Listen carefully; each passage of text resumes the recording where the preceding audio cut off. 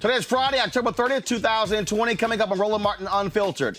In North Carolina, a hotline has been set up to deal with voter issues like intimidation and suppression. In Texas, more than 9 million ballots have been cast as of this morning. That's far more than who voted in 2016. HBCU Heroes to prevent a repeat of 2016's drop in student voter turnout. We'll talk with Kwame Jackson, one of the founders. In Mississippi, Black and Hispanic voters have been moved to a crowded precinct with very little warning.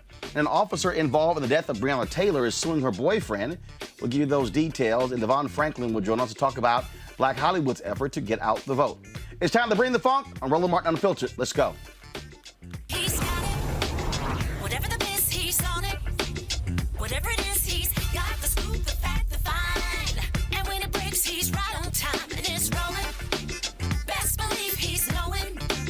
Putting it down from sports to news to politics. With entertainment just for kicks, he's rolling. It's on go, y'all. It's Roland Martin, yeah. Rolling with Roland now.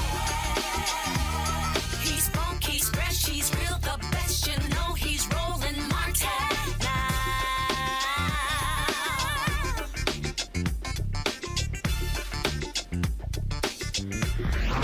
Martin!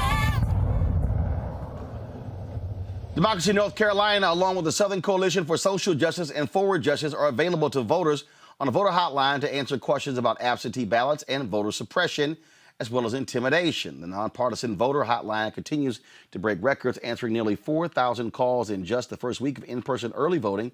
And by October 22nd, more calls were received than early voting and Election Day in 2016. Joining me now is Tomas Lopez. He's executive director. Actually, in a bit, I'm going to talk with Tomas Lopez, who's executive director of Democracy North Carolina. Folks, we're just, of course, 4 days away from Election Day.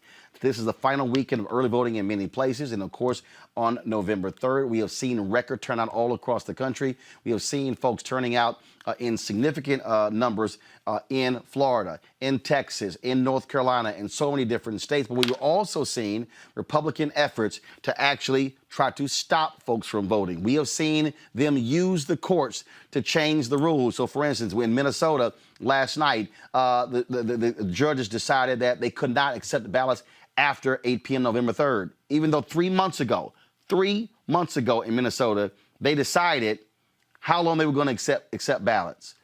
This is what is happening, y'all.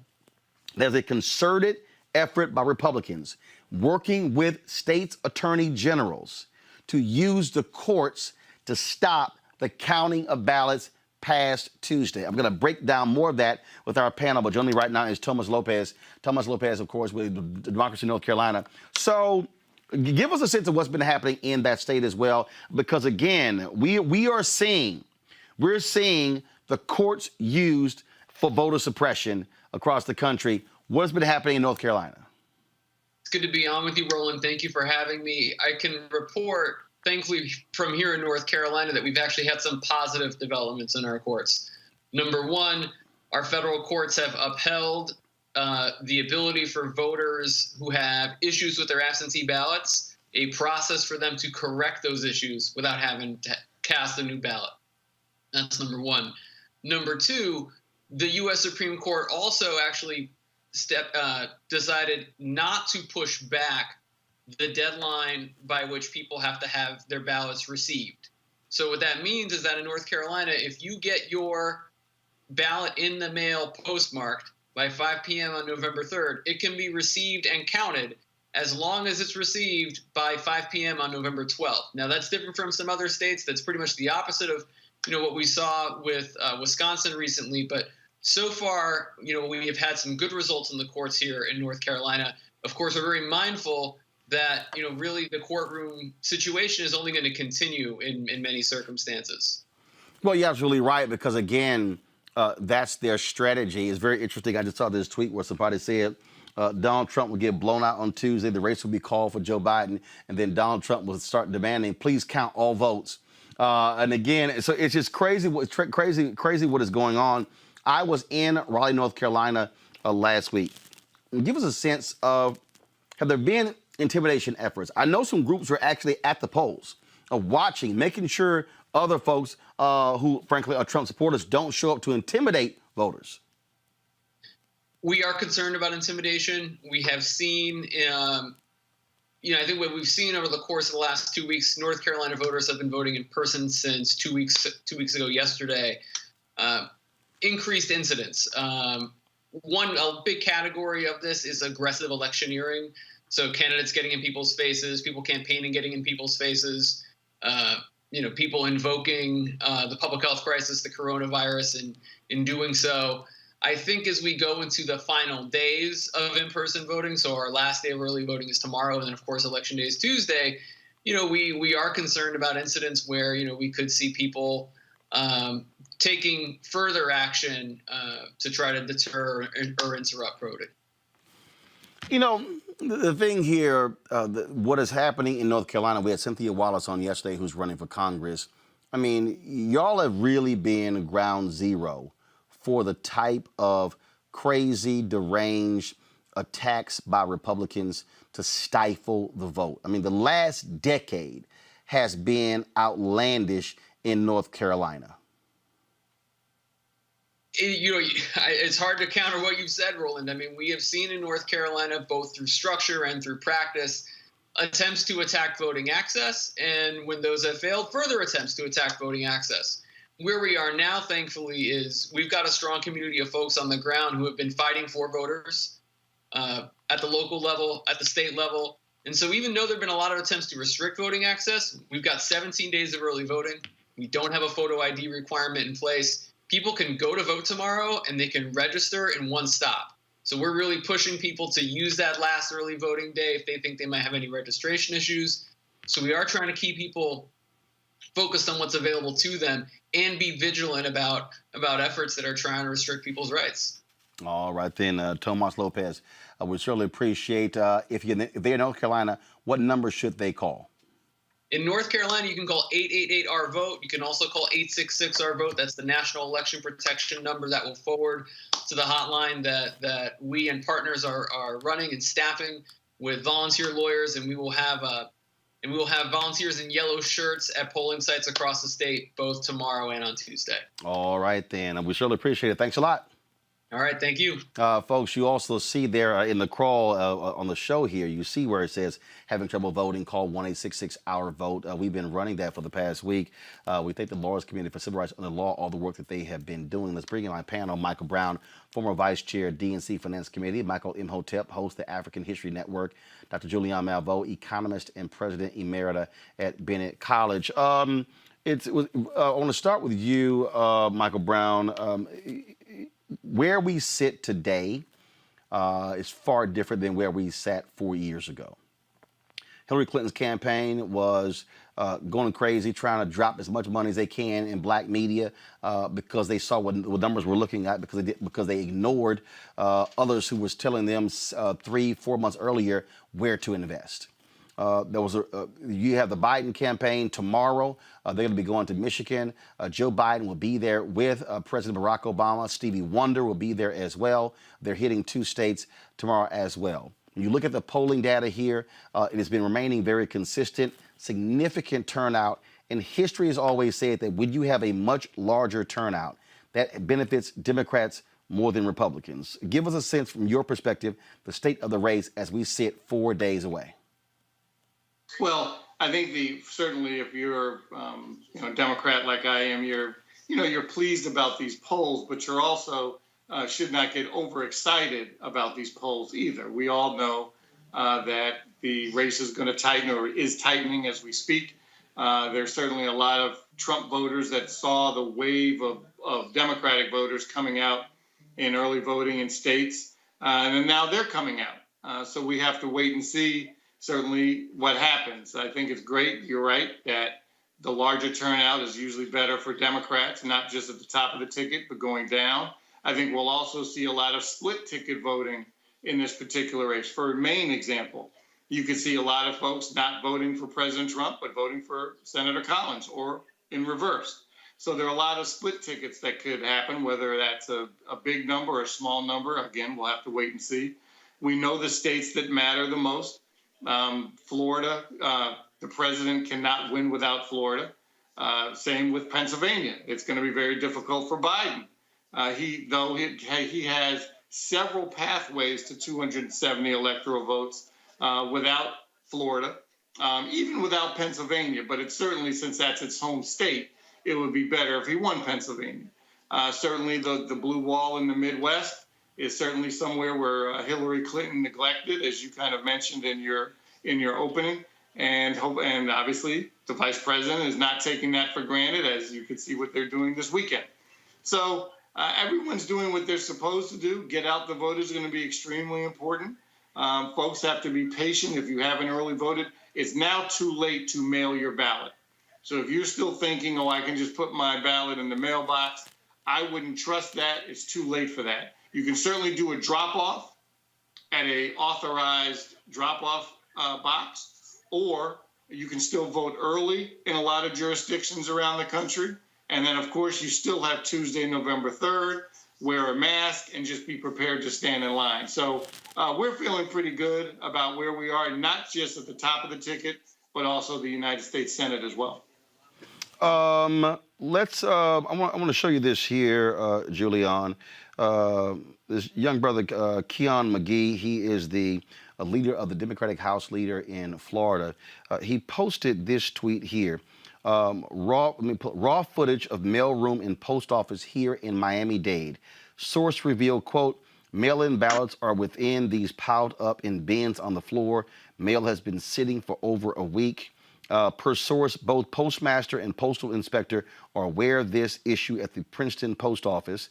Postmaster is taking photos and videos of the matter and expects sorting to take them past Tuesday. This is the actual video here.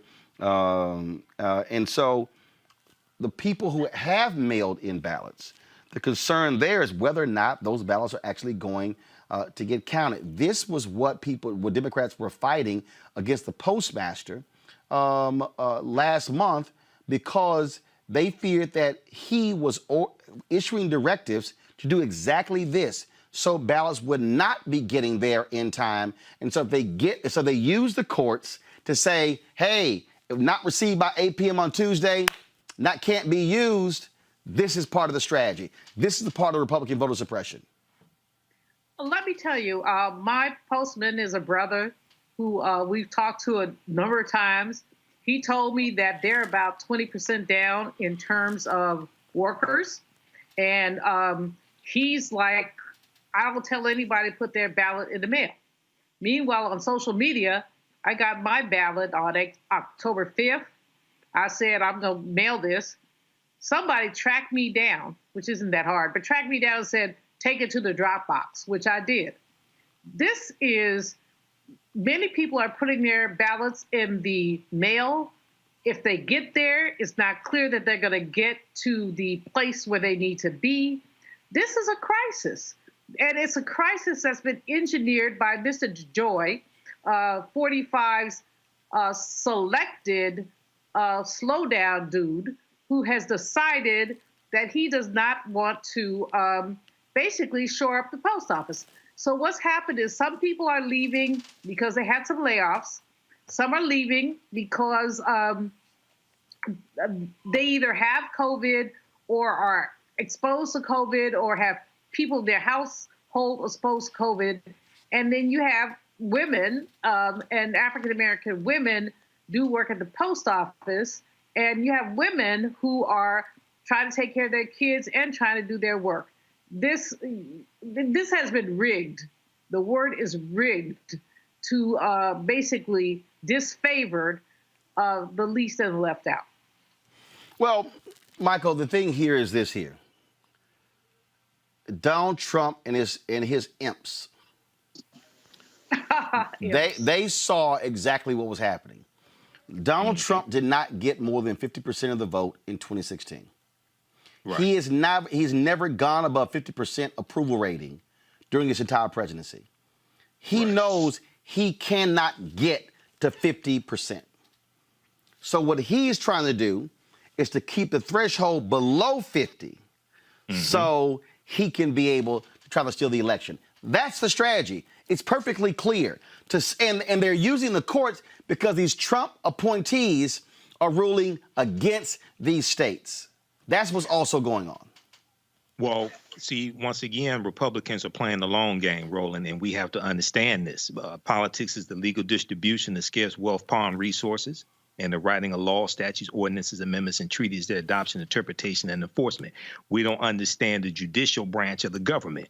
They're using the federal courts, and then they ran through. Look how devious not just Trump, but Moscow Mitch McConnell, who needs to be voted out of office this election. They ran through Amy Coney Barrett, okay, through the Senate, got her approved, and then the very next day announced that the Senate was on recess until November 9th without passing a coronavirus bill, coming to an agreement with Democrats in the House and Democrats in the Senate to pass a coronavirus bill to bail out the American people, bail out small businesses, bail out small African-American-owned businesses. They sent it on recess. So we have to understand the judicial branch and how this works as well. And all this is tied to who you vote for. We also have to understand how the Electoral College works, because a lot of our people are running around confused and think that the popular vote does not matter. The popular vote does matter, but it's the popular vote per state that matters.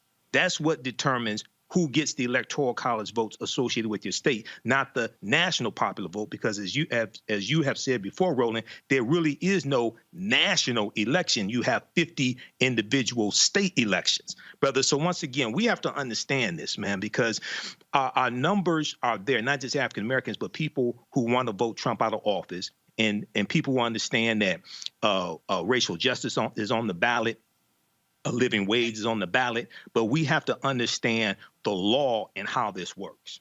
Well, the issue really here is again, recognizing what they're doing. And let me just go ahead. Yes. Stop listening to some of these damn rappers out here who know what the hell they're talking about. Hello. Hello. KRS-One was talking about that crap. And I was like, what the hell are you talking about? First of all, he kept calling it the Electoral College. It's the electoral. Exactly. Okay, so he's even pronouncing it wrong. But again, this is where I need our people to stop listening to people who don't know what the hell they're talking about, who and where the facts are all wrong, and that's the problem here. And so we're dealing with that. Now, I do look at, again, the level of intensity that's out here. We talked about this with Beto O'Rourke. We had him on the show last week. In Texas, more than 9 million ballots have been cast as of this morning, exceeding its 8.9 plus million votes 4 years ago. That means, folks, more people have voted already in Texas than who voted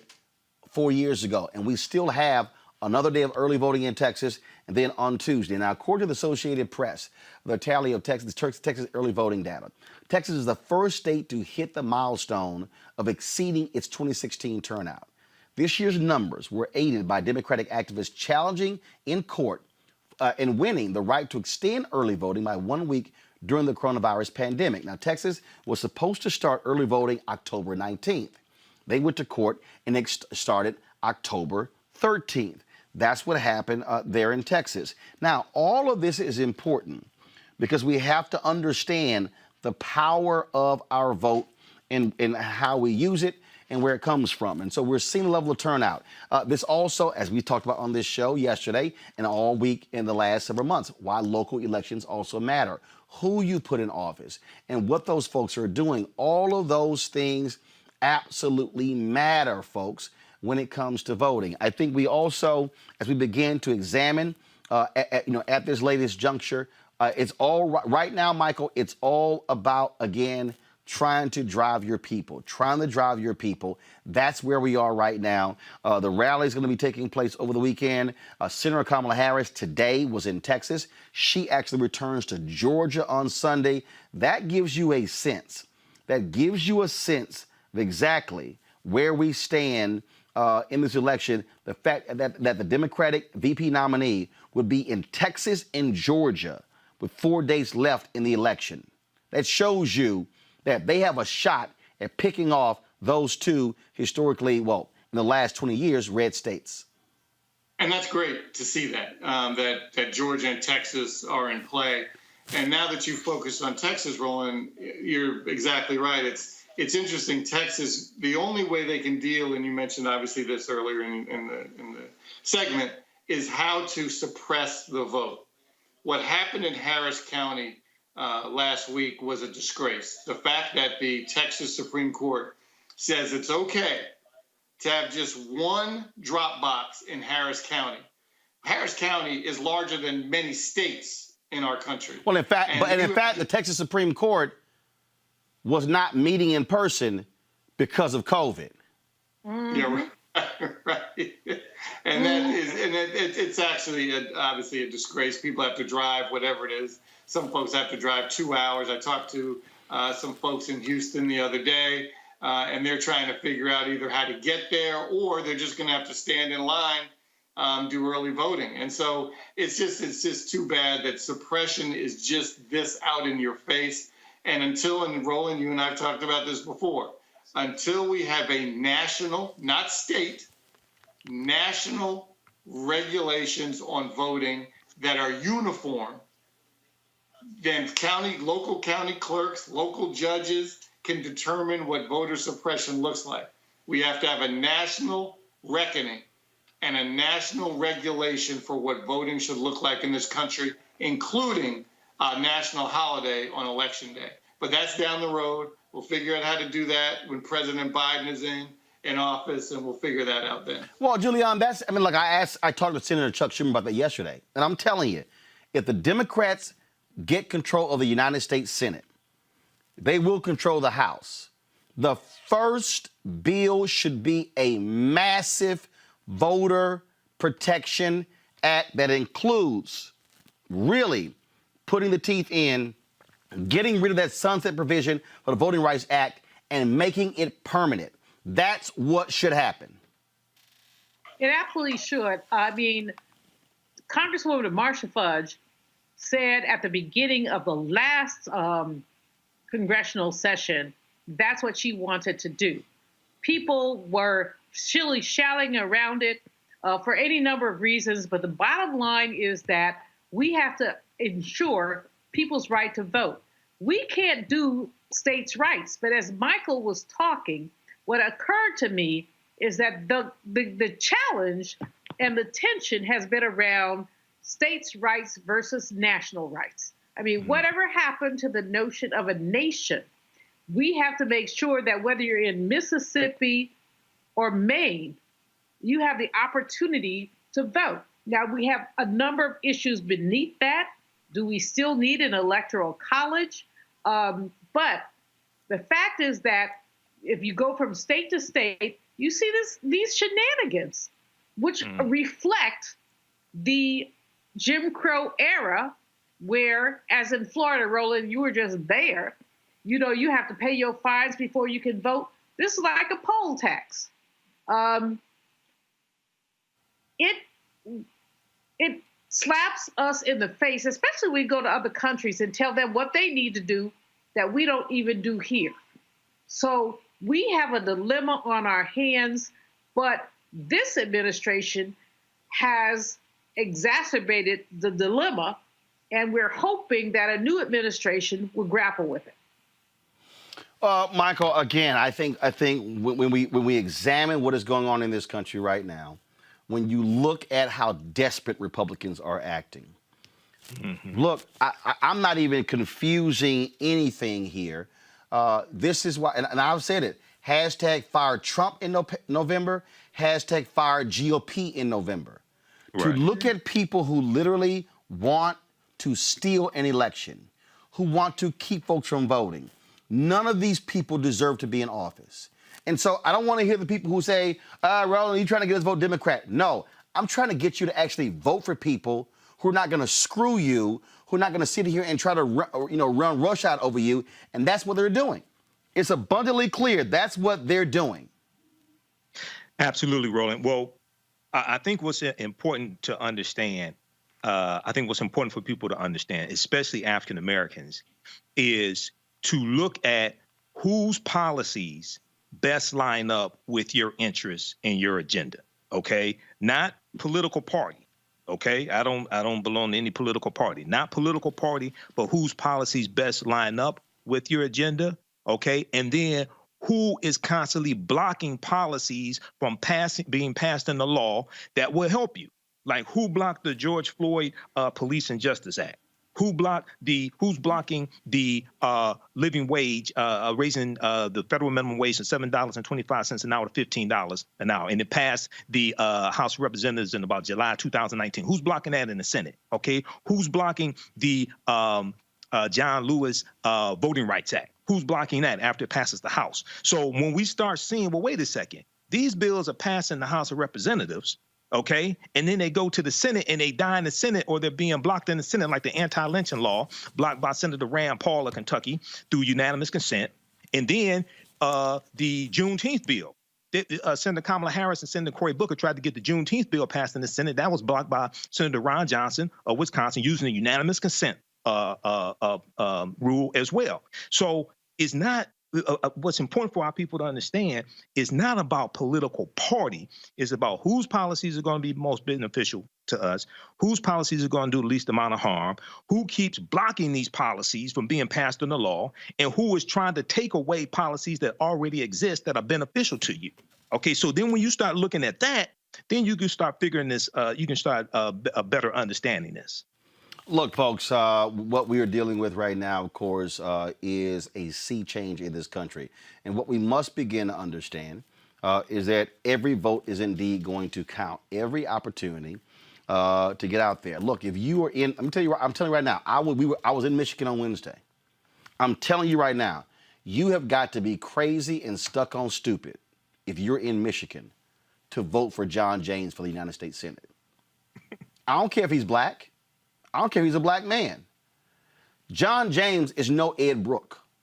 John James is the kind of black man who is going to be in the pocket of Mitch McConnell. How many times has Senator Tim Scott actually really stood up to Mitch McConnell? When it comes to these judges, man, once or twice.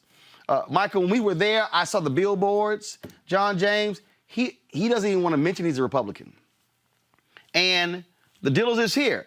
This is what black people have to decide. And this is real simple. You got Senator Gary Peters, who's a Democrat. John James, black man, who's a Republican. Peters is white. James is black. It's real simple. Which judges will John James vote for? Exactly. Mitch McConnell judges.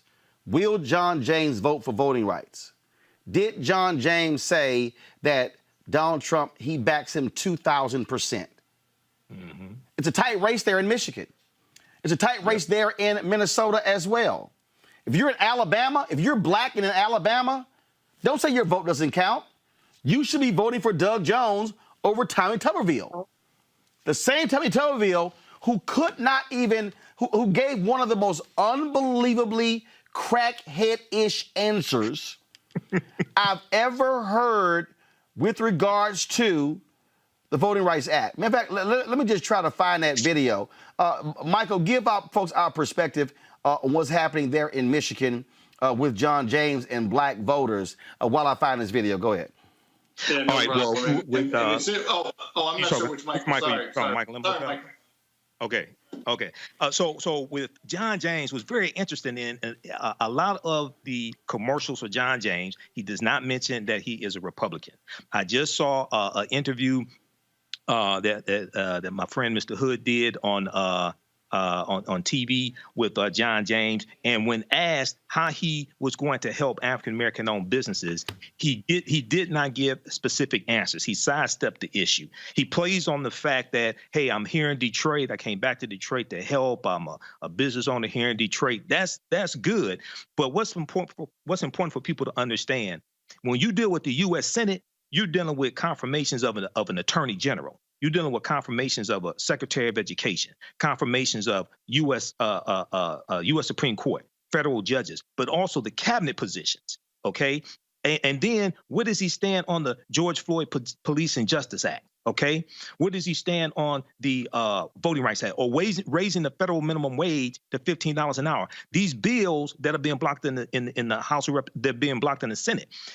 There are only 100 senators, so every U.S. senator is extremely important. It doesn't, and to me, it's not about race. It's about their ideology. It's about their policies and how will they vote on these critical issues. Not only did he say that he supports Donald Trump 2,000%, okay, which right there is a no-brainer, okay, right there that disqualifies him. But he also said, there's another video of him saying that they need to repeal the entire Affordable Health Care Act and repeal this monstrosity.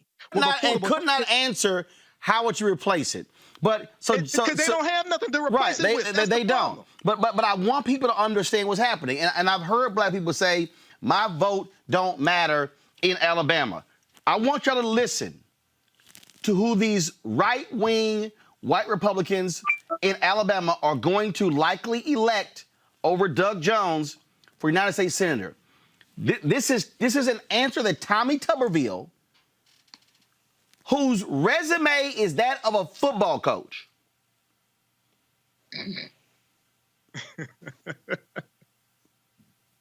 A football coach.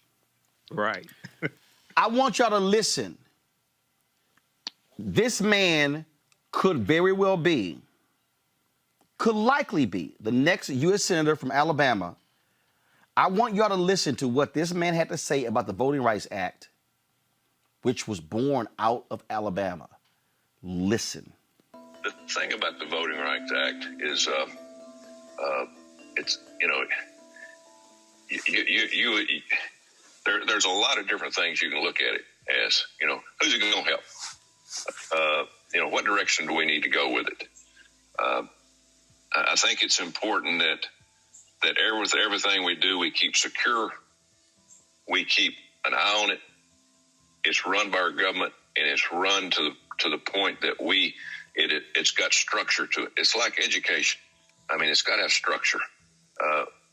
Now, for some reason, we look at things to change, to think we're going to make it better, but we'd better do a lot of work on it before we make that change.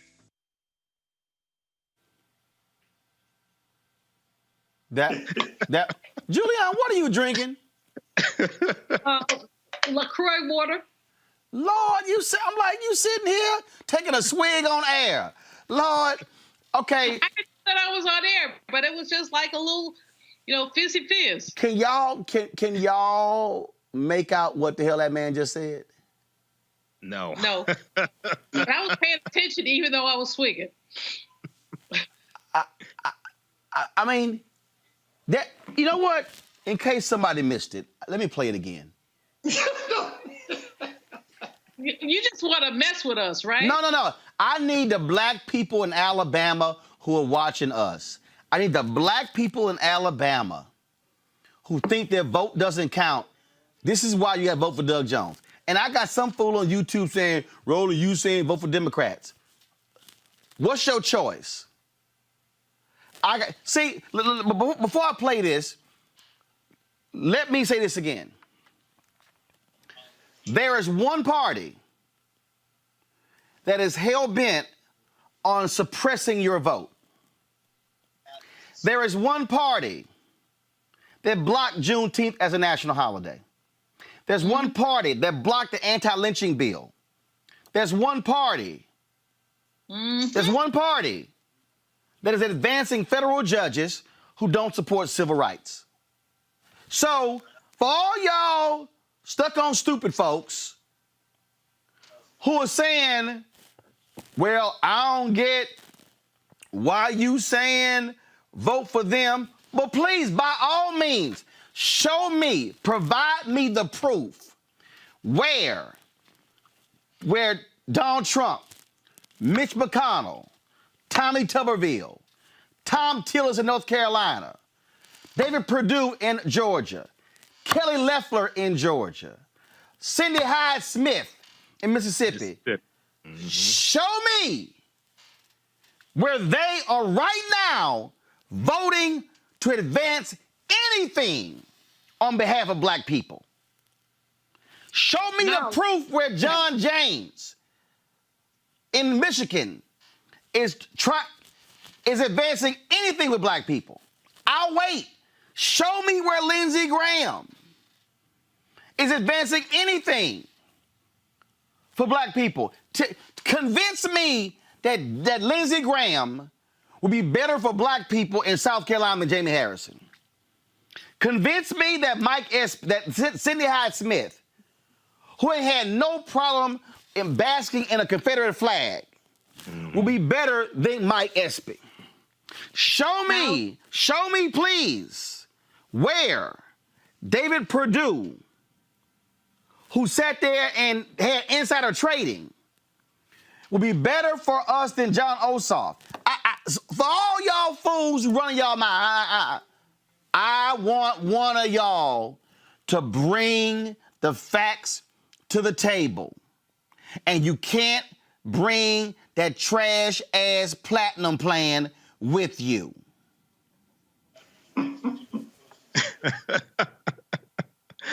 Michael Brown, go ahead. Yeah, and I think you call it the aluminum foil plan. You don't even call it Right, it's an aluminum foil plan. You know what? Those folks that are texting you and have texted me, and we see on similar shows that, and certainly they act like they understand kind of politics and what's going on in the world. They're falling for the okie doke, and it's very disappointing to see how they're falling for it because it's so obvious. And one of the more disgusting things, and Roland, you went through all the different candidates, in particular the Republican candidates who are black. That attorney general in Kentucky is a disgrace. And he's clearly following the particular roadmap that Tim Scott followed, that now James is following in Michigan, because he wants to be the governor or a senator. And he's like, look, if I have to be in the pocket of 45, or if I have to commit to being in the pocket of Mitch McConnell, fine. Tell me what I have to say. Give me the money so I can run an effective campaign, and I'll be on your side. I'll be on your team. And it's the typical sellout. And it's very disappointing that so many folks are falling for the okie doke. And I'm talking directly to some of those people that are texting you, Roland. They should be ashamed of themselves. These folks. There are so many people who are really funded by these Republican trolls. I'm thinking about this young man who is running against Maxine Waters, who has about $8 million. I mean, this is a small inner city district. First of all, he about as dumb as a doorknob. That's the kindest thing anybody could say about him, Roland. But but he has Trump money. He has other money. Ain't nobody gonna move Auntie Max. But the point is that they are setting us up. The other thing, when you look at Mike Espy, the Democrats have finally gotten it, but he should have had support all along. Cindy Hyde-Smith said she would go to a public hanging. Did the woman actually say she would attend a lynching in Mississippi, which had the most lynchings? Well, not the most, maybe the second most, but one of the most lynchings in our nation? I mean, and she now represents a state that's more than 30% black. This is nonsense, and it's the reckoning. Right now, it's the reckoning. These folks can't get away with this nonsense anymore. I'm just astounded again at the level of stupidity from people who don't know how to put two and two together and realize what's going on. All right, folks, I got to go to a break. We come back and roll about Unfiltered. Former Labor Secretary Robert Reich, as well as Reverend Dr. William Barber, put together this really great video that lays out how poor people and low-income Americans could very well swing the election if they voted for the interest by just voting. We're going to show you that next to Roland Martin Unfiltered. These younger group, of millennials becoming much more politically savvy, much more politically activated and organized. Right. Organization is key. It's like, an ant by itself can't do anything, but ants working together, can do things well beyond their own capacity. And I think the same thing goes for this younger generation to become united and activized on what's happening. Hey, Michigan, this is Tracy Ellis Ross, and I have 4 quick things to tell you. 1, you have until October 19th to register to vote. 2, you can vote early in person until November 2nd. 3, if you need a free ride to the polls, use the promo code VOTE2LIVE-MI in your Lyft app. And yes, voting is easy and secure, so please vote and visit votelive.org for more information and to make a plan to vote today. Paid for by Collective Future.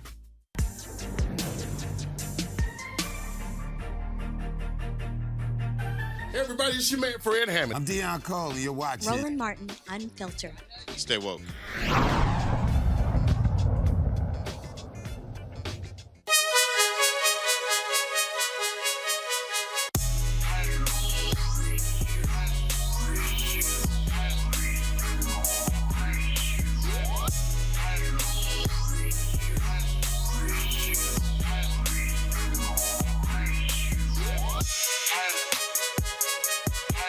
All right, I want to thank the people with Seek.com, Mary Spio, founder of the company, for being a partner here at Roland Martin Unfiltered. They, of course, have their various products here. They have their virtual reality headset, allows you to watch their virtual reality video right through your phone. You can go to look at the content on their site, Seek.com, CEEK.com, to watch the content. You also, of course, have the 360-degree 4D headset, a tremendous bass. You also can use this for gaming, for videos. Fabulous headset for you listening to music. Go to Seek.com, CEEK.com. Use the promo code RMVIP2020, RMVIP2020, to be able to use these get these products. And so we certainly support and we thank them for being partners here at Roland Martin Unfiltered. All right, folks.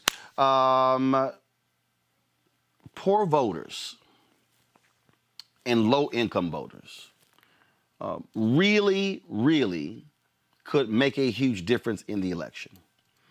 For the past several years, we have been emphasizing, covering the Poor People's Campaign, the work that Dr. William Barber and others have been doing when it comes to the election, when it comes to training and teaching, things along those lines. Well, he partnered with Robert Reich, former Labor Secretary, and they put together this great video that really gives you an understanding of what could happen if poor folks in America and low-income people in America, if they actually use their power and voted. Watch this. Across the country, everyday people have secured structural democracy reforms that have led to major wins that move our country forward. Our system is rigged in favor of the wealthy. These elites use their wealth to purchase political power and buy off politicians who will keep enacting policies that overwhelmingly benefit them and keep the rest of us from fully participating in our democracy. Sowing division is their main strategy for holding on to power. Now, it's easy to feel downtrodden as every aspect of our broken system is laid bare. As the country reels from the death of those like Breonna Taylor and Supreme Court Justice Ruth Bader Ginsburg, and the rights of millions of Americans hang in the balance, it feels more and more like the system is stacked against us. I've been working to overhaul our broken system for decades. I know firsthand how hard the struggle for true justice and equality is. My mother worked on it, my father worked on it, and those before them. Others led this struggle long before I came along. And I've tried to do what I can to link up with others and take up the baton of welfare rights workers and Martin Luther King Jr. and those who started the Poor People's Campaign to unite poor and working class Americans and demand bold policies that lift everyone out of poverty. At every turn, our movement for a moral revival has faced intense backlash from those in power. My faith tradition tells me we are not of those who shrink back unto destruction, but we are those who persevere unto the salvation of the soul. We cannot become cynics. We will not give up. Take a look at Seattle. In 2015, the city adopted an innovative small donor system for funding its local campaigns. the city gave 4 $25 democracy vouchers for every registered voter that could be donated to candidates who pledged to only accept cash donations under $250, among other stipulations. The program faced its first major test in 2019 when Amazon poured $1.5 million into city council races to defeat candidates and boost corporate ones. The result of the 6 elections where Amazon and publicly financed progressives went head-to-head, only one of Amazon's candidates won. And the use of the vouchers increased the number of non-voucher small dollar donations and boosted grassroots participation. When big money doesn't dominate our political system, the people can actually have their voices heard. Now let's go across the country to Missouri. In 2018, a grassroots coalition secured 2 major ballot victories. Clean Missouri, a ballot initiative that limited campaign contributions, in addition to other democracy reforms, and Proposition B, which raised the minimum wage. The same coalition behind the 2018 measures came together again and won Medicaid expansion for 230,000 Missourians by a resounding margin. These victories show game-changing shifts in Missouri, with a burgeoning political coalition that is building a system that works for everyday Missourians instead of just the state's wealthy elites. Democracy reforms have also led to major policy wins in Connecticut. In 2008, the state enacted small donor public financing into law, in addition to diversifying the legislature, allowing more people to run for office, and boosting candidates' interaction with voters. Financing system opened the gates for bold legislation that helps working people thrive. In 2012, Connecticut became the first state to require companies to provide paid sick leave for their employees. And in 2020, the state adopted a minimum wage increase, 2 policies that are notoriously opposed by big money donors. In North Carolina, when extremists in the state legislature passed a monster voter suppression bill after the Supreme Court's Shelby decision gutted the pre-clearance protections from the Voting Rights Act, the Forward Together Moral Mondays movement challenged the law in the courts and marched in the street to raise awareness about voter suppression. The NAACP filed suit, and we not only won the case with a federal court finding that the politicians who wrote the law had targeted African Americans with almost surgical precision, we also made clear to the people of North Carolina that the governor who signed the law was not serving the people. It is easy, my friends, to be pessimistic about the state of our democracy. Some states are restricting voting access. Dark money is flooding some political campaigns, and some politicians governing for their wealthy donors at the expense of everyone else. But we can build on the momentum of grassroots victories and let these inspire us to get bold reforms enacted on the federal level. Poor and low wealth people now make up over 30% of the electorate. 1/3 of all poor people live in the South. Every state that is a voter suppression state blocks living wages and blocks health care. We have the potential to mobilize an historic turnout in this election, giving tens of millions of poor and low wealth eligible voters hope that their participation in this election could lead to real transformative change. 2020 has awakened the country to the full breadth of the injustices that have plagued us for centuries and pushed us to the point where transformational change is the only path forward, where we must engage in moral fusion, organize for moral analysis, moral action, moral articulation. We must engage in lifting our voices at the ballot box and declaring what one old song said, make them hear us. This is just the beginning. Together, we can unrig the system and create a true, genuine democracy, the likes of which America has not yet seen, but must see.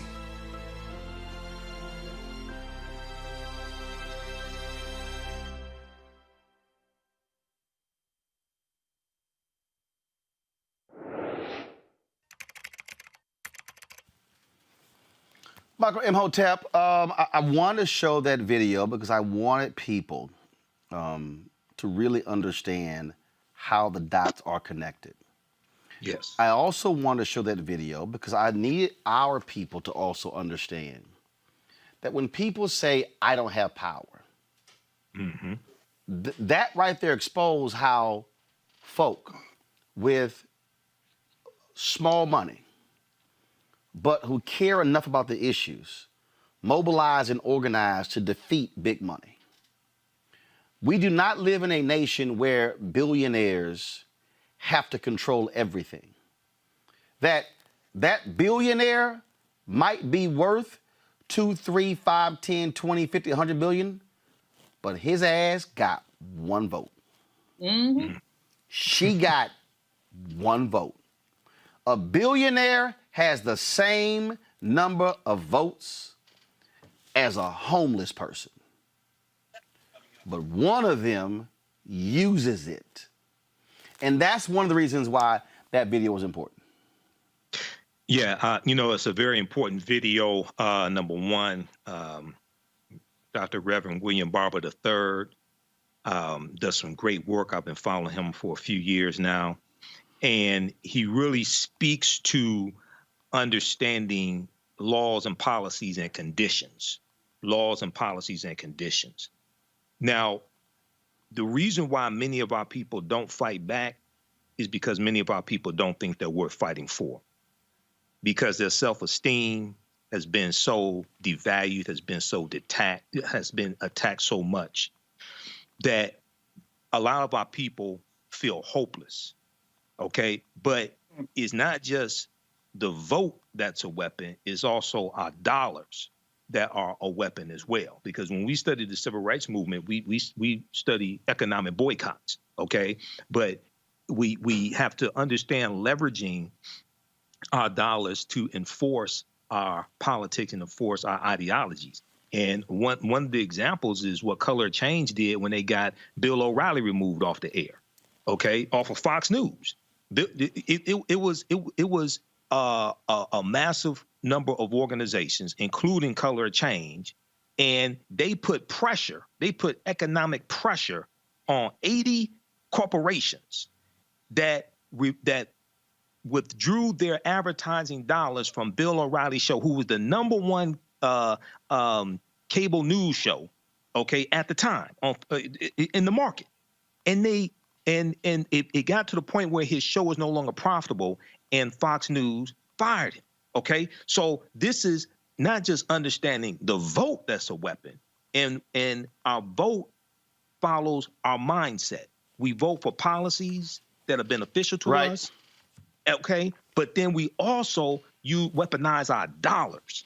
We have to understand weaponizing our dollars as well. But if we think that we don't matter, then we're just going to allow people to beat the hell out of us, and complain about it every day on radio shows and on your timeline, but not understand all this is tied to policies and who wrote the policies. And they got into office by either being voted into office or they were put into office by somebody who was elected. Well, and again, Michael Brown, it is when people begin to join together in a line, they can make a difference. But again, you can protest, but if you don't vote, your protest really was a waste, because that's the policymakers who are actually going to be the ones to make the change. You know, Roland, you're absolutely right. Hold on, Julian. Hold on, Julian. That's Mike Brown. I'm going to Mike Brown, then you. And I do want to also congratulate Reverend Barber. Great piece of work, the kind of work he does. Just a great leader, and we're lucky to have him out there in the front lines.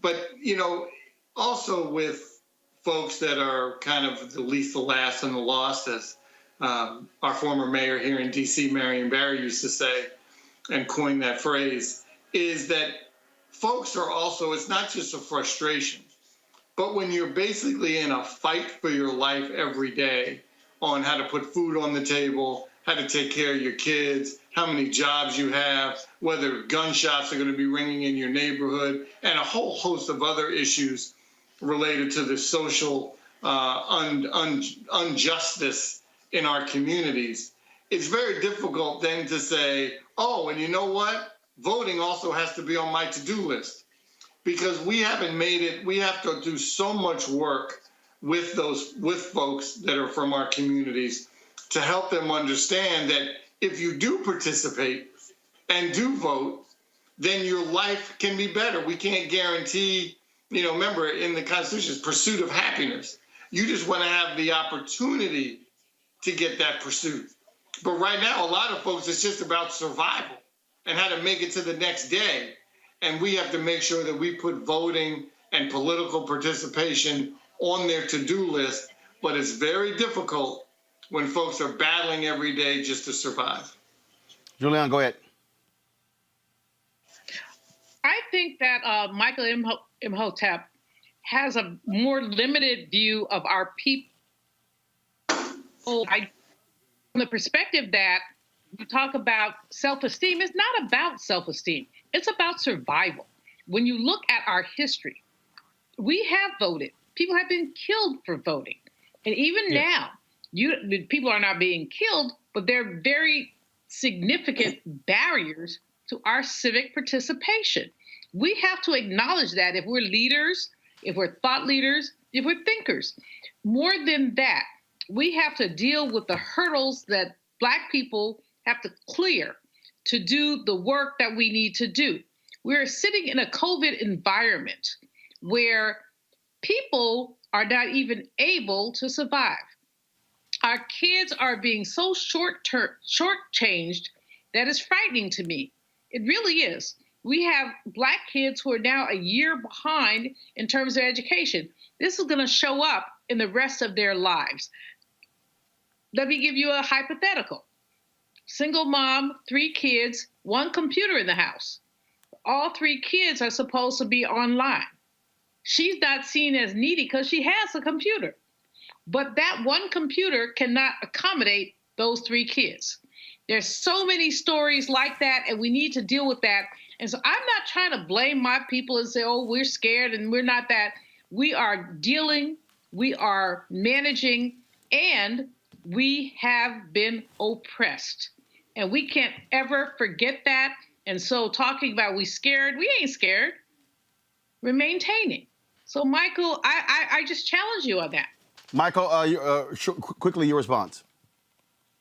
I'm speaking of a certain segment of our population who have been taught to hate themselves. I'm not talking about all African Americans.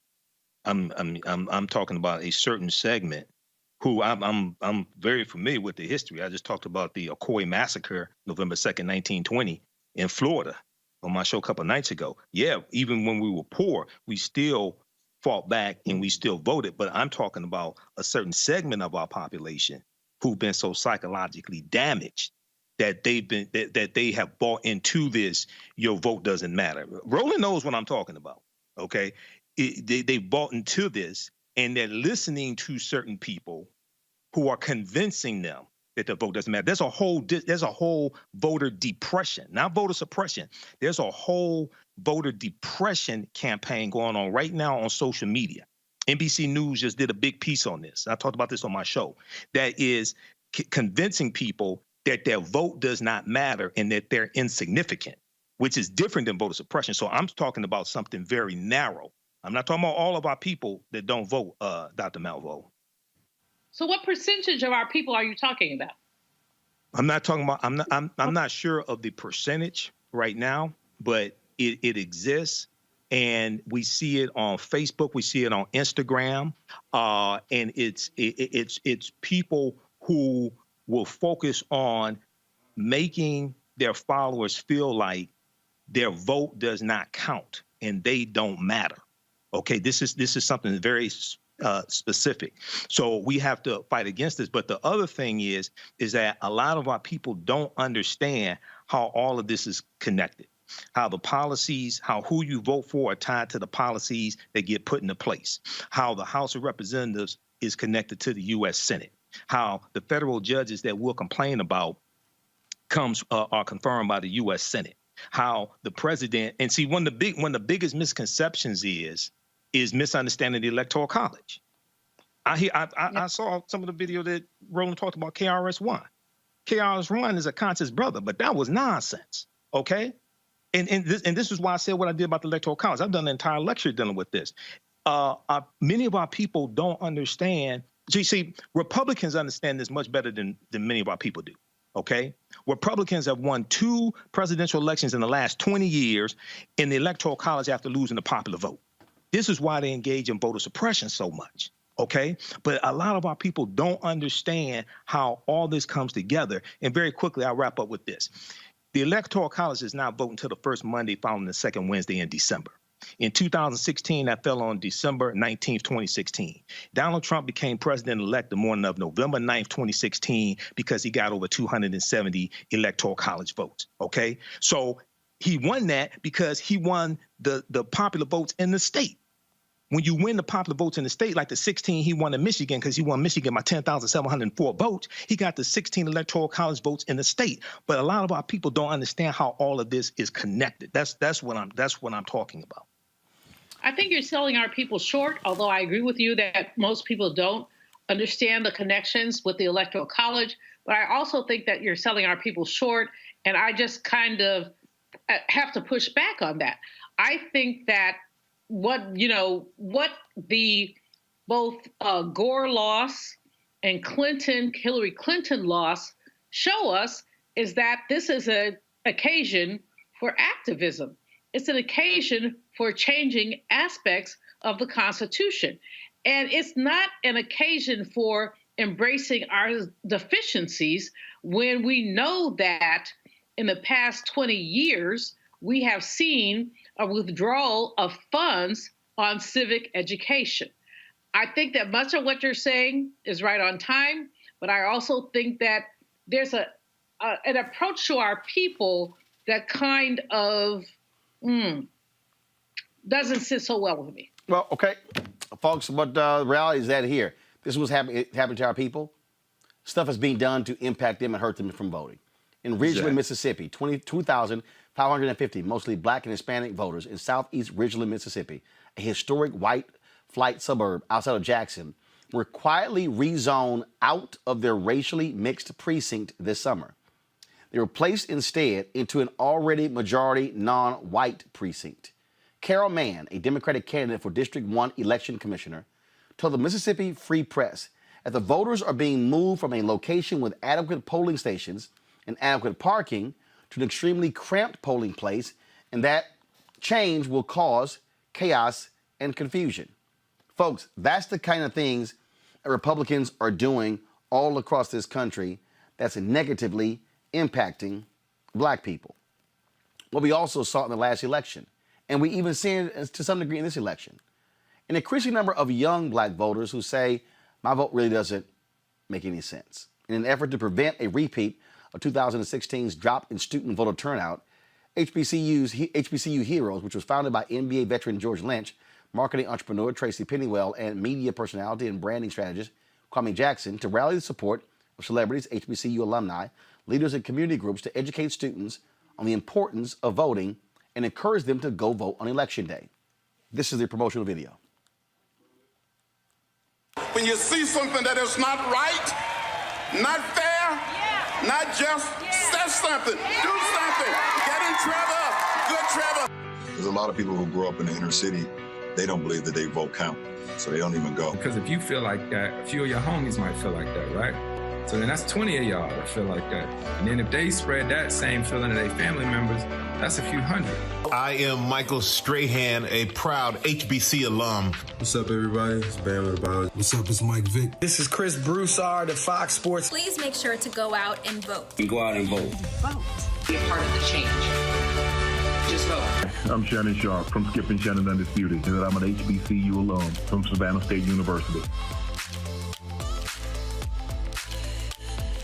Hey, I'm Bill Bellamy. It's your boy Takeo Spikes. Hi, I'm Carlo Quinn from the Philadelphia 76ers. I'm Jasmine Burke. Hugh Douglas here. What's up, everybody? I'm Renee Montgomery. My name is George Lynch. I'm Tracy Pennywell. Hi, my name is Kwame Jackson of HBCU Heroes. If you have never, ever considered going to an HBCU, Now is the time. This is our next generation. These are our new leaders. The right to vote is precious, almost sacred. It's Akbar Bajabiamila, host of American Ninja Warrior, and more so than ever, it is important to vote. I know people are getting serious about it, but that's all right. It's fun too. So make sure you go out there and make your voice heard. Vote.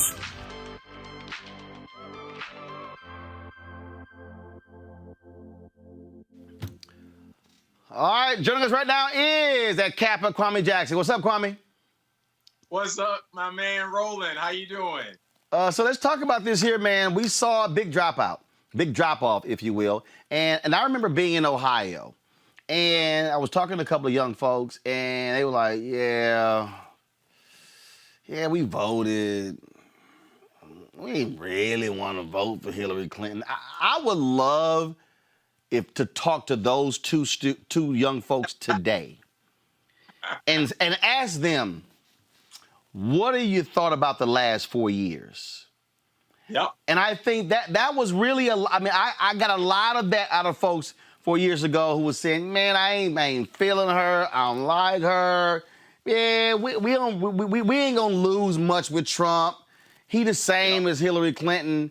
And then it was like 6 months later, what the hell? I'm like, hashtag, we tried to tell you.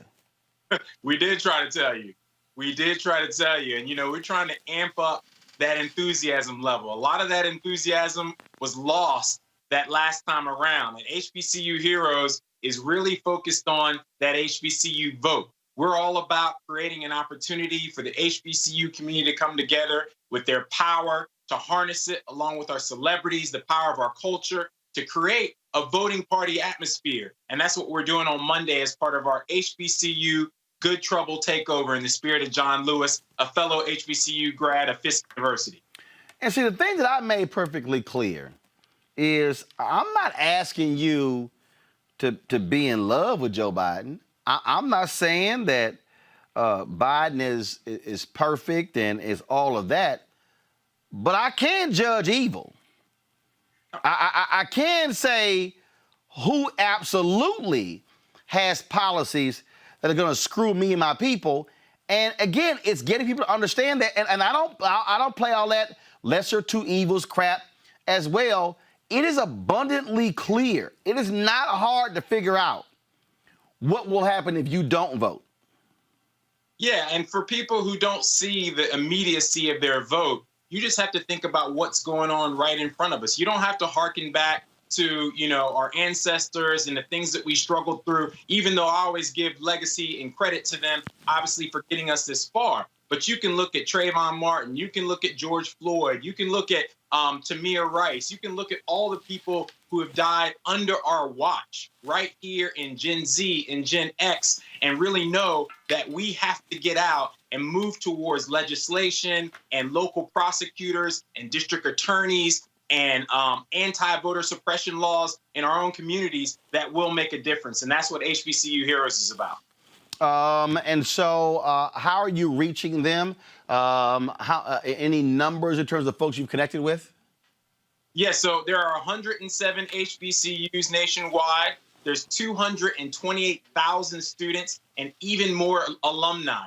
And so what we're doing on Monday from 6 to 9 p.m. Eastern is we're doing an HBCU Good Trouble Takeover. We've been sharing the John Lewis Good Trouble film with HBCUs all week.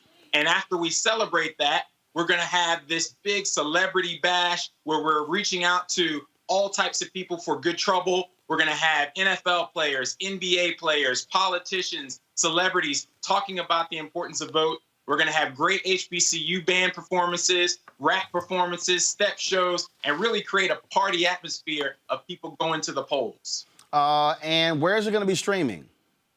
It's going to be streaming on Twitch, YouTube, Facebook Live, and our partners, Yahoo Entertainment, as well as Revolt TV, are going to simulcast it at the same time. So we've got great partners like Citibank, Verizon, Yahoo Entertainment, the Arthur Blank Foundation, and even Intel Corporation, who've come aboard to make this film possible for all HBCUs. And now this party is going to be the culmination. You know, we're going to be pre-gaming. You know, we're going to get excited. We're going to have some great HBCU spirit, and we're going to make sure everybody is pulled in. And for people to find out more, just visit us on our social media handles at HBCU Heroes, Instagram and Twitter.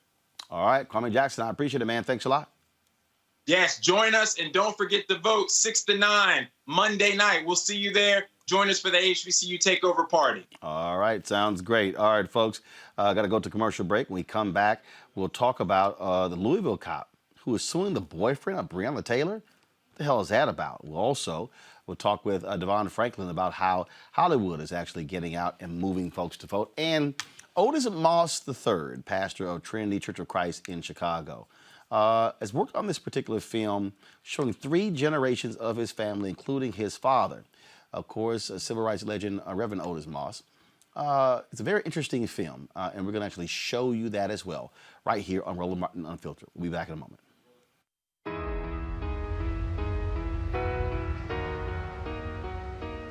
After I caught my first felony when I was 17 years old, I felt like basically I didn't count. My probation told me, you can't vote, you got a felony. It just made me feel like I wasn't wanted or I wasn't supposed to be involved. My mama told me, like, son, you need to get involved. There's a lot of things going on in the world. Your voice matters. And I'm like, I ain't got no voice, I can't vote. And she was like, oh yeah, yes you can. So I called my lawyers because I wanted to make sure that I wasn't doing anything wrong. And I figured out I qualified, and I just feel like, damn, let's do it. To me, it was an accomplishment, like, damn, like I graduated high school or something. Look what we done so far. It still need to be 10 times better, but you gotta vote. That's what changed the rules, that's to change the laws.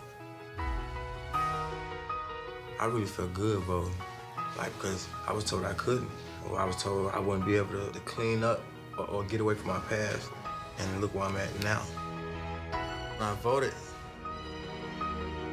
and I was able to be a part of where I live, which is here at home in America. My voice mattered.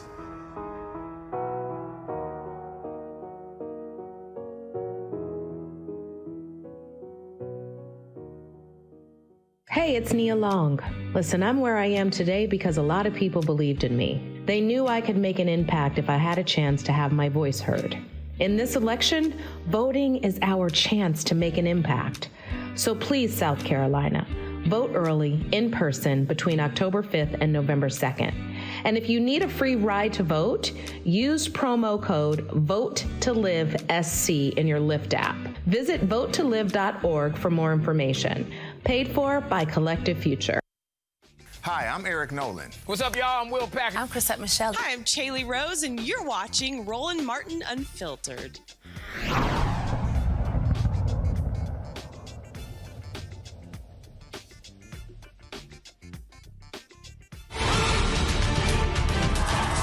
guy in the White House is a mortal, not a god. The members of the Congress, they are mortals, not God. Bowing down is not enough. We will stand up again. We will march again. We will preach again. We will organize again. We are black. We are white. We are Latino. We are Native American. We are Democrat. We are Republican. We are independent. We are people of faith. We are people not of faith. We are natives and immigrants. We are business leaders and workers and unemployed. We are doctors and the uninsured. We are gay. We are straight. We are students. We are parents. We are retirees. We are America. And we're here. And we ain't going nowhere.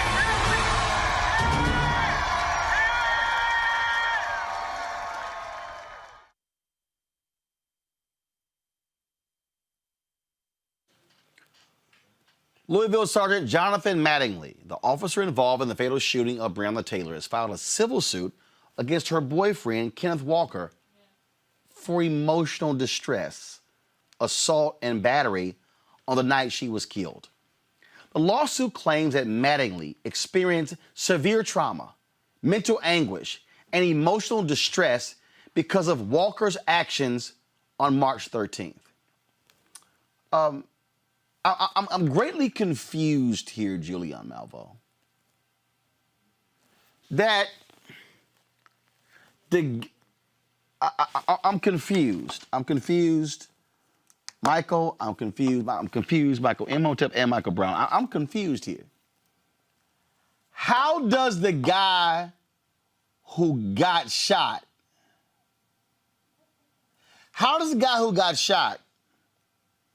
who lawfully had a firearm, and when folks tried to bust down the apartment and fired at them, how does he create emotional distress when he was the one who got arrested? Michael Imhotep, go ahead. Okay, well, Roland, this is another twist and turn in this case that really looks and smells like a cover-up. Severe trauma, mental anguish, and emotional distress because of Kenneth Walker's actions on March 13th. But what's very interesting here, because I read the article from CBS News, I read the article from NBC, what's very interesting is they leave out what the Kentucky State Police report said, because the Kentucky State Police report, as reported by USA Today, September 27th, what they said was, due to limited markings of comparative value, the 9mm bullet that hit and exited Sergeant Jonathan Mattingly, who's filing this civil lawsuit, was neither, quote, identified nor eliminated as having been fired from Kenneth Walker's gun. So when you look at the report from the Kentucky State Police, they're saying the ballistics are of the bullet that came from Mattingly is inconclusive that it came from Kenneth Walker's gun. But that's not what Attorney General Daniel Cameron said when he did his press conference. So you got to put these pieces together, man. This is another layer of this cover-up, which once again goes back to politics, who was elected, because Daniel Cameron was elected and he's a mentee of Moscow Mitch McConnell. Mm-hmm. It is astounding. It's astounding how these people. This reminds me, Julian, of the cop who pushed and shoved the general manager of the Toronto Raptors, who filed this report talking about how he was punched and he was sore. He had to go to the doctor and he had mental anguish. And then the video was released, the body cam video. He was never touched. He was lying. Our people, Roland, have been thingified. And this goes from post-Reconstruction until now. We have been thingified, which means we're not people in some people's eyes. So they can do whatever they want to do. Take our baby girls and grab them by their braids, put your knee on somebody's neck and not worry about what it means, beat the you-know-what out of somebody, bruise and say, oh, that just didn't happen. And this is really a wake-up call. I thought after George Floyd that there would be an opportunity for some of these racist you-know-whats to reflect on themselves. But their reflection is that we can still do whatever we want to do. And, I'm writing about money and Reconstruction and all that, and I can't finish because every time I start reading something, I go crazy. But the bottom line is that our people have been marginalized and thingified. And when you thingify someone, you don't have to treat them as a human being. So you can beat them, put your knee on their neck, do whatever you want to do, and there are no consequences. And that's the issue. There are no consequences. Absolutely. Mike Brown, go ahead. Yeah, and it's interesting relative to Kentucky, and Michael touched on it. I think the bullet and the shooting is certainly part of what he's suing for. And I imagine the lawyers are actually going to use the emotional distress of the aftermath, that he was being called a racist and a killer, and that he is so far from that he was emotionally distressed from it. I bet that's more the linchpin of their suit for the emotional distress of how dare you accuse me of being racist and killing this woman. I'm not racist, and I didn't kill her intentionally. That's probably where the crux of the emotional distress lawsuit is coming from. And I'm sure Kenneth Walker's lawyers are thinking of a countersuit, is my guess, for their emotional distress, which is certainly much more justified than the police officers. Absolutely, absolutely. All right, folks. Mississippi Senate candidate Mike Espy released this video from Reverend Jesse Jackson Sr. Supporting his campaign. Check this out. People are following by example versus understanding why they're doing so. So I really thank you for coming out here and let these people see you out here, you know, instead of just TV or what have you. Hey, man, that's a pleasure. Was killed in Jackson, Mississippi, trying to register people to vote. Dr. King spoke to us in Washington. There was only one black official in the whole South.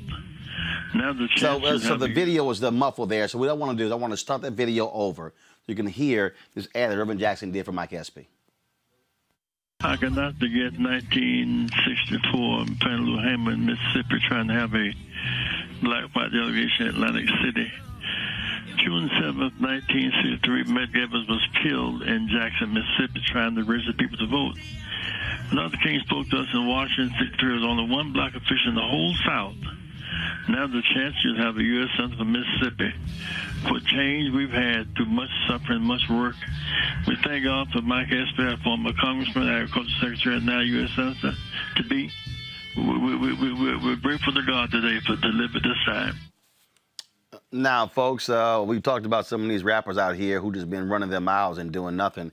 Common is not in that category. We've actually run to him in 3 different cities, in Orlando, South Carolina, and Atlanta. He's been traveling all around the country, folks, really getting people excited about the right to vote. He tweeted this out. This brother inspired me. He already voted, but he's texting hundreds of people to go out and vote, and he's driving family members to the polls. It's a beautiful thing. Listen to their conversation. You can't be friends. Yeah, we have to stand up.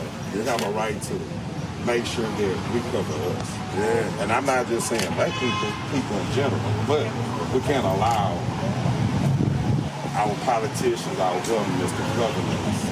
We have a right to start standing up and trying to find a way for us to be owners, homeowners. You know, open some companies, reach one, teach one. Yes, sir. You understand? If you ain't reaching one, teaching one, you're not doing nothing out there. You understand? That's what I'm about.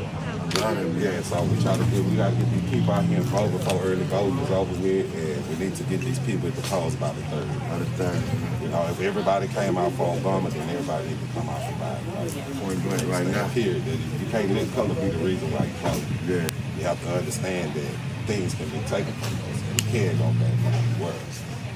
Nobody don't stand up and get it. So we have to be a challenge. Yeah, so I'm on board with y'all. I'm down for what's going on. You know, I appreciate you all coming out to me. Some people are followed by example versus understanding why they're doing something. So I really thank you for coming out here and let these people see you out here, you know, instead of just TV or what have you. Hey, man, that's a pleasure, man. Thank you, you know. I ain't got to go in here and wait on the show to come on and see you today. So, you know, I appreciate you, man. This is a blessing, man. You know, God is good. He woke us up, man, and we get a chance to get out here, so. You see some more people just walking around. I got my car. I can pick some people up. I can take some people, you know. It's right around here, too. It's really I appreciate it, man. You're a light, bro. You're a breathing light on us, man. Like, and I was telling her, y'all a little too early. They ain't gonna come out right. Right. Come back over here in the evening time and let them see you. And you get some people to walk around and get in line. You know what I mean? A lot of people still sleeping. You understand? You need to be up and trying to be productive, but you got some people that sleep out there. It's free. But you come back and you can reach you, get some people. You can bring you some vans with you, some cars, and you can get some people around the corner. Well, man, thank you for again, that was a great thing there that Common did. And, of course, folks were also in line. So he decided to give him a little freestyle. Right now, I'm rocking it for my people here in Houston. Yeah, you know, don't even try to count me out, because I'm here right now here in Harris County letting you know, yo, I'm never been careless That's why I'm talking Biden-Harris. Harris in the county, we here to appear. The brother comes in, my thoughts are sort of clear. That's why I say feed the people. Come to the H and do the type of things that gotta be great. That means look your people in the eyes and see the whys. We don't need no Trump and we don't need no lies, because that's just a disguise to bring us all down. I knew that when I was a shorty at Chi-Town. Now I'm in H-Town, and it's a great town. I'm telling you, freedom, y'all, we gonna escape now, because they've been telling my people they keep us locked down, but I'll be telling them, no, not now, not on my watch. I just rock the spot. I come to Houston because I rap a lot. This is how it be, yo. Praise to the Lord. Earlier today, we was at the 3rd Ward, and I told you, common sense, this is hip-hop. Shout to my people from the top, yo. Hey, man, y'all should call this love. There you go. So again, you got folks out there who are doing the work. First of all, it's important to show that Common was talking to that brother. A brother who was out there texting hundreds of people, taking them to the polls. That's important for us because, look, sisters are out there. They are doing it, but also the folks at Black Voters Matter, they're also doing it, and they've been on a constant trip. They dropped this video on September 26th. Latasha Brown and Cliff Albright, them hitting all these different cities. And so I just want to show y'all, this is the video they did on September 26th, announcing their 12-state 40-day tour. We ran into them when we were in Detroit on Wednesday, so check this out.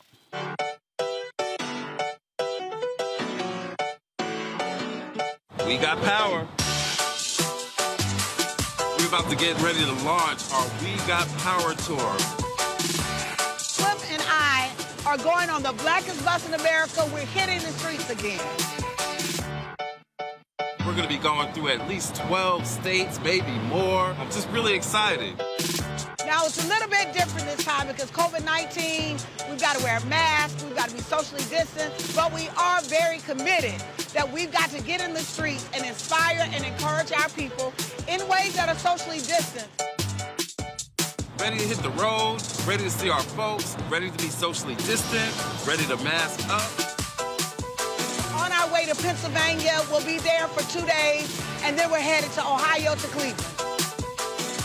We're going to be just spreading a lot of love and building a lot of power.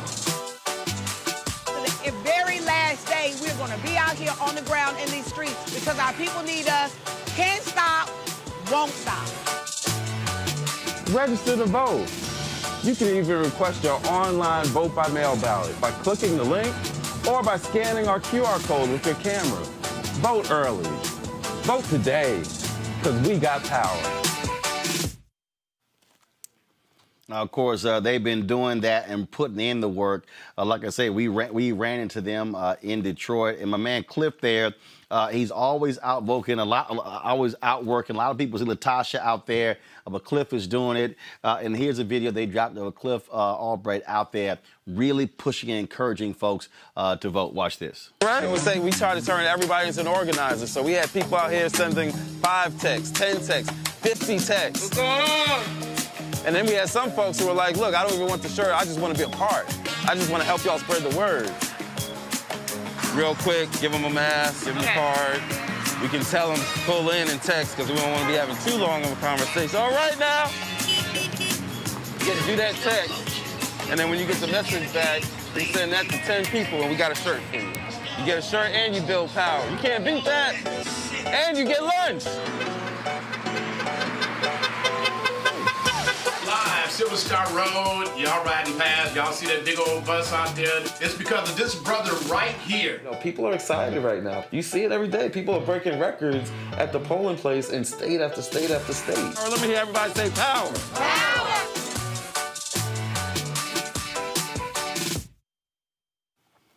Right? Groups like, I say this here, Michael Brown, groups like Black Voters Matter are so critical because they are doing the work. A lot of people spend time and energy focusing on celebrities and what they're doing when somebody drops a commercial, but I know what Latasha and Cliff are doing. They were there in Detroit, man, the other day. It was in the rain. Latasha was like, look, sister just got her hair did. And they've been out there and they have been putting in the work for the last, 3-4 years. And that's how it gets done. What Reverend Barber and the Poor People's Campaign doing, putting in the work. You got to hit the ground to touch folk and be able to reach them. And first, absolutely. But firstly, I comment on engagement. I want to comment on Common and the brother he was talking to. That, first of all, thank you to Common and congratulations for him to being out in the street and spreading the word. And to the brother he was talking to, that brother clearly hasn't fallen for the okie doke and is not listening to a couple of these rappers who are clearly off and don't understand what's going on. So congratulations to both of them. On the engagement part, you got to have, what they're doing is folks can talk about engagement and theoretically what needs to be done. But until you put boots on the ground is exactly what they are doing and other organizations, exactly what folks are doing. You got to get in folks' face. You have to explain to them why it's important. And if you give them lunch and a T-shirt at the same time, great, nothing wrong with it. That's part of the engagement process.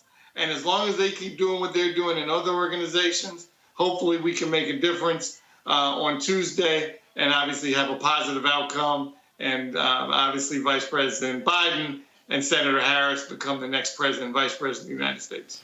30 seconds each, Julian and Michael Imhotep. Roland, first of all, go ahead, let me Julian. give a shout out to LaCroix water, which I swig. I hear that y'all think I'm drinking beer. I don't like beer. I do love LaCroix. So just for the record. Secondly. Taking a swig. Huh? Taking a swig. Go ahead. But secondly, the whole issue of how we manage this, Common is the bomb. He was with, you were with him in South Carolina a few days ago, and he's just been out there for us.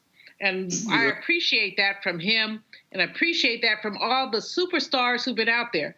But Latasha Brown and the folks who are on the ground floor are the ones that we also need to celebrate. The fact is that we're a few days out. The fact is that there's a lot of nonsense going on. In some states, people are not being able to vote. I was on a radio thing last evening where even though Philadelphia is supposed to be okay, a woman said she went to get her ballot at 5:45. The place is supposed to close at 6. They said, we don't want to deal with you. So we have to show persistence and resilience in the face of this. We have to deal with the fact that voter suppression is not a 2020 thing. It's quite frankly a 1920 thing. We have to deal with the fact that our people have been marginalized consistently, and this is why race is one of the key issues in this election.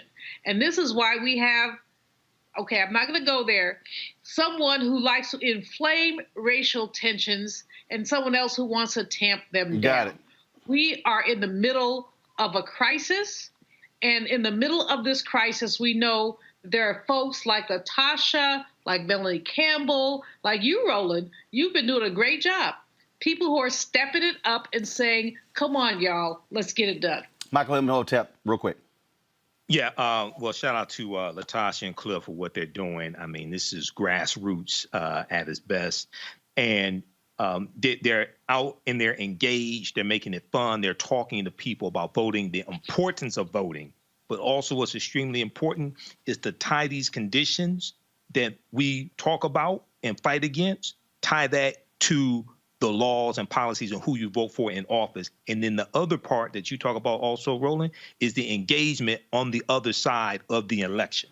Holding them accountable, holding the elected officials accountable. And brothers are out here working and organizing also along with the sisters as well. Absolutely, absolutely. Julian, Michael, Brian, and Michael Imhotep, I certainly appreciate it. Thanks for joining us on our panel today. Thanks, Roland. Thank you, Roland. Keep it up. Will do. Keep it rolling. All right, appreciate it. All right, Good folks. work. Folks, recently Christian television and film producer Devon Franklin and his wife, actress Megan Good, hosted a faith-inspired Biden for President event. is just one example of how Hollywood is turning out to get voters to the polls, and Devon joins us right now. Devon, what's up? What's up, man? How you doing? I'm doing good, man. We talked a couple of years ago. We played the clip early in our Be Woke Vote interview where we talked about, again, the value of voting. And it's been real interesting because what a lot of people don't understand is that, yes, you got all of a sudden a few rappers jumping out here, don't know what the hell they're talking about, saying crazy stuff. But there are other folks who are very much, who might be entertainers, but who are very much invested in the issues. Kerry Washington is one of those folks. Erica Ash is one of those folks. And I can go on Shirley Ralph. We had her on 2 days ago. We had Lou Nella on last night. And so I'm never one of those people who say entertainers should not and cannot be involved in this. But like anybody else, I want folks with platforms to know what the hell they're talking about. Well, that isn't always, as we know, the case. And what I would say is that there's a lot of entertainers that don't always get the same sort of traction in the media, but are incredibly engaged and incredibly connected and incredibly informed. I mean, I've seen more engagement in the entertainment community around this election than anyone before. So I'm encouraged by that for sure. And I'm hoping this is the beginning of more engagement, consistency. I saw your interview you did with Ice Cube, which I thought was great. And I thought how you brought in the young sister to really add some substance and some context, I thought was fantastic. And I'm hoping that sort of education really continues because it's really required to make real change. And again, I don't care who it is. It's about being educated on the issue. So when you step out there and speak, you are informing people. I was very critical of a KRS-One video that he put out where he was talking about the electoral college. And I'm going, no, don't tell people that your vote doesn't matter. It does. Your vote actually informs how the Electoral College must vote. The Supreme Court has already ruled that faithful electors must follow the popular vote in their state. It does matter. It sure does. It does. I just did a video where I said something similar to what you're saying. I'm like, listen, I know there's all these conspiracy theories out there that float around and all these ideas. The vote doesn't matter. It's like, no, it matters. You vote. They count the votes. Those votes ultimately get tallied up. And the Electoral College takes its cues from the local level. So, yes, voting matters. It's important, and do it. You stand to gain more if you do it, than you stand to lose if you don't. So go ahead and do it. It really does matter. So I completely agree, Roland. And, of course, many of y'all are gearing up for what's happening there in California. There's a ballot initiative that folks are really advocating for. Just explain to our folks what that's all about. Yeah, Prop 16 is critical. It's all about bringing back affirmative action and to make sure that there's equal representation under the law for people of color. Years ago, under previous administrations, affirmative action was taken away. And I know people have all these feelings about it, sometimes in a negative way. But I'm a governor for the academy. And I just co-chaired the task force that was successful in getting the academy to change their rules. And so now, after over 90 years of the history of the academy, this is the first time in the history where you now have to consider diversity and inclusion as one of the standards for Best Picture. So I can tell you that without the actual policy to back up intent, sometimes this goal for representation, diversity, and inclusion only becomes that, a goal. So with Prop 16, it's all about saying yes on Prop 16 so that we can ensure that when it comes to education, when it comes to opportunities, that we as people of color don't get left behind. And that's what we have been seeing since affirmative action has been taken away. And the thing that I think also, is important, people have to recognize top of the ticket is huge, but those ballot initiatives are also critical. You got to vote top to bottom.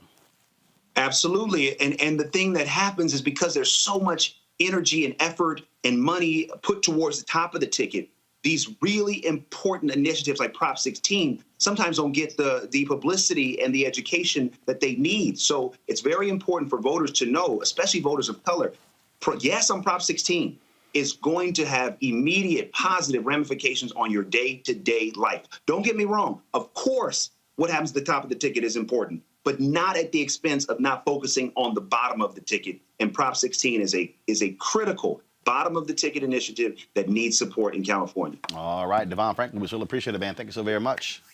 You got it, man. Thanks for having me. All right, brother. Take care. Folks, we want y'all to support Roland Martin Unfiltered by joining our Bring the Funk fan club. Every dollar you give goes to support this show. There are some things that, man, we're gearing up for. We're going to be broadcasting 7 hours on election night right here. 2020 election night, Black Voters Matter. It will be simulcast on iHeartRadio's Black Information Network. Your donations make it possible. You can give via Cash App, $RM Unfiltered. Of course, PayPal.me/R Martin Unfiltered. Venmo.com/RM Unfiltered. Also, of course, New Vision Media Inc., 1625 K Street Northwest, Suite 400, Washington, D.C., 2006. Normally on Friday, what we do is we actually show our Charter Club members, members who are our fan club. We're going to do this here. Otis Moss III, his father is Reverend Otis Moss Sr., voted in rural Georgia. He voted in rural Georgia, and they put together this film. They're going to be featured this Sunday on Oprah Winfrey's Super Soul Sunday. They put together this film. It's on their YouTube channel called Otis's Dream. And so Otis Moss III sent me a text a few moments ago and telling me about it actually a couple of hours ago. And I said, don't worry about it, frat brother. Yes, he's a new alpha. I said, we're going to go ahead and take care of you. His dad is an old alpha. And it's an amazing film, and I hope you enjoy it. Folks, this weekend, don't forget, we're going to be in Jackson, Mississippi, broadcasting from there for a Mike Espy GOTV rally. And, of course, I'll see you guys back here on Monday. But we're going to close the show out with Otis's Dream. Thanks for watching. Holla!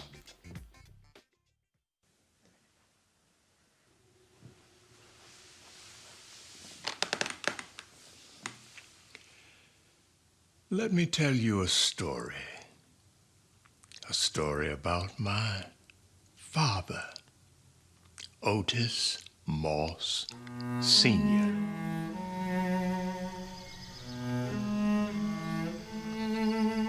It's the story of my father's determination to exercise his right to vote.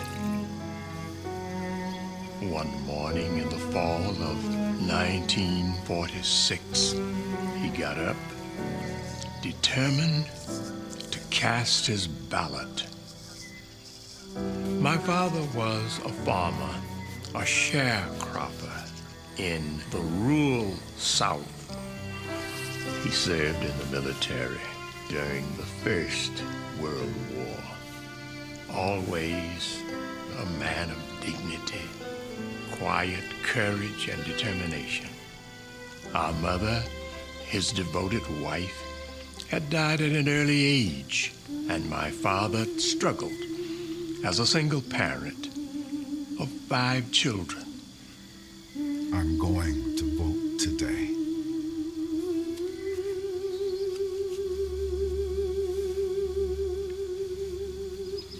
We were amazed, excited that our father is about to do something really significant. Go vote, Papa! Vote him out! Yeah, go get him! We love you! Go get him! Good luck! Bye! Love you! Take care! Go vote him out! He walked from the house well-dressed, well-groomed, 6 miles to the town center.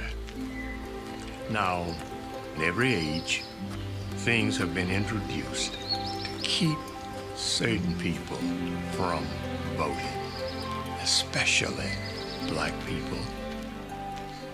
We knew the racism, the hatred, the injustice represented in Governor Eugene Talmadge. And some of the Negroes will vote. If I'm your governor, they won't vote in our white banner the next 4 years.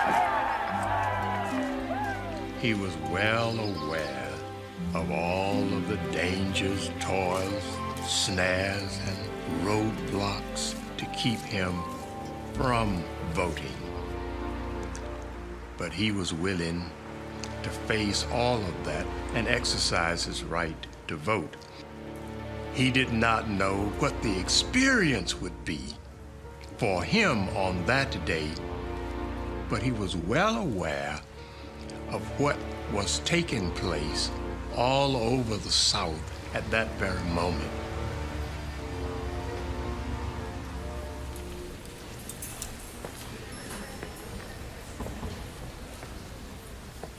Smith, my best to your family.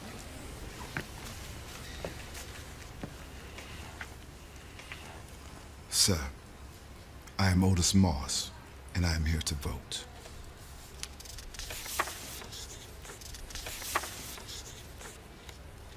What did you say your name was? Otis Moss. Otis, it looks like you've come to the wrong polling place. You need to go over to the Mountville School.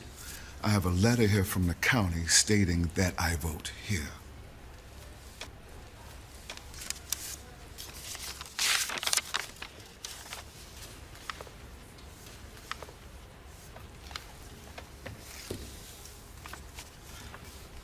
People from your side of town are to vote in Mountville.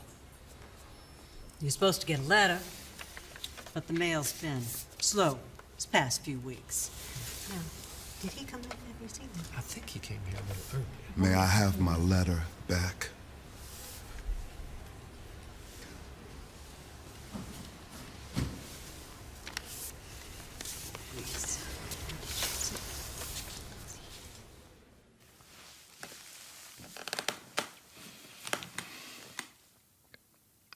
Let me tell you a story about my grandfather. He'd already walked 6 miles to the first polling place. Now he's being told, you've come to the wrong place. A clear and blatant lie. Now he has to go to the Montville School.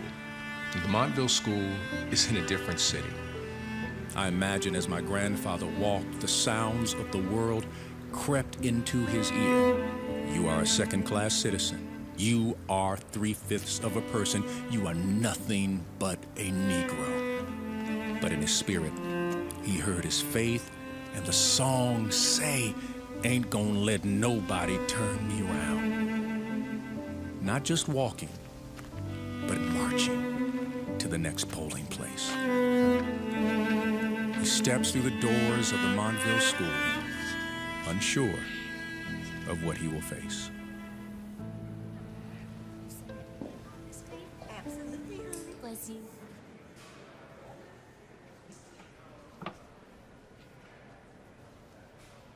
Yes?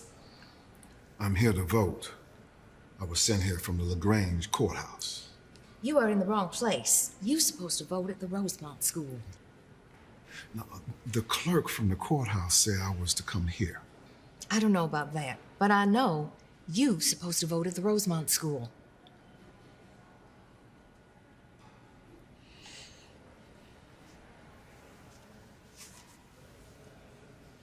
Ma'am.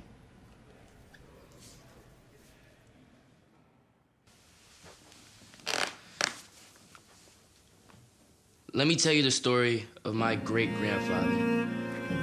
Because of the color of his skin, he was held back from voting. Voting, a basic right of his, one of his freedoms.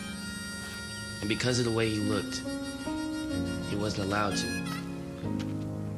Despite the next polling place being 6 more miles, despite the disappointment and the anger and the frustration, his determination, strong will, and dream to vote outweighed any disappointment that crossed his mind. Boy, I sure am sorry, but the polling place closed. Now, if you had been here 5 minutes earlier, we would have let you in.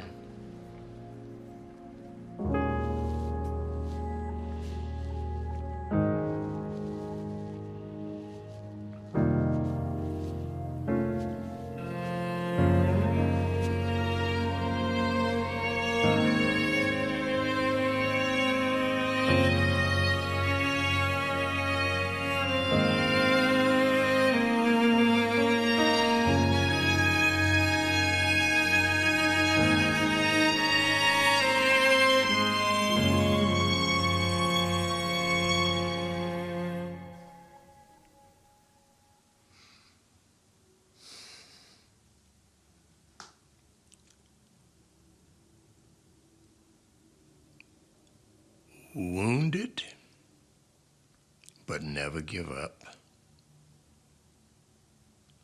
Denied, but never accepting that denial. Insulted,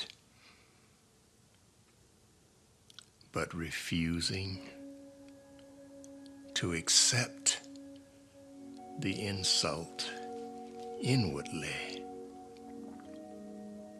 and thereby setting an example and a memory for generations unborn.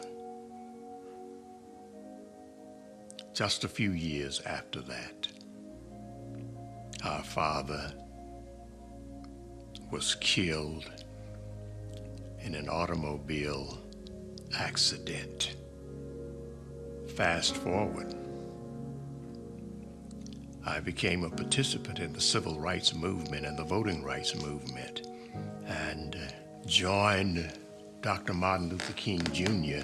in the Selma March, witnessed the signing of the Voting Rights Bill 1965. That was a great moment. It was a great victory. In the civil rights struggle, it was a great accomplishment. However, no one could dig up our father's bones and put a ballot in his hand. Some things are beyond repair.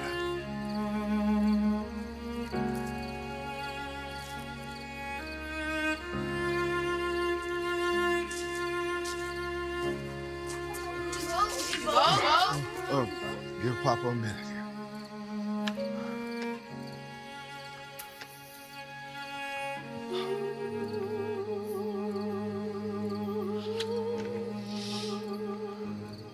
Next time. Next time. Listen here. Promise me. If you get a chance, you gotta vote.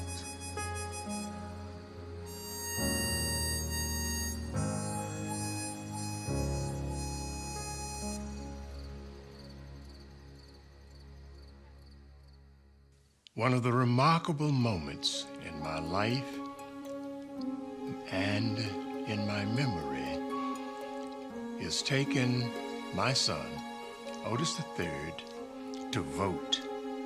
I paused on my side of the curtain in prayerful silence and listened to Otis III punch his ballot. That became music. Freedom music. Liberation music. The sound of my father's footsteps trying to cast his vote.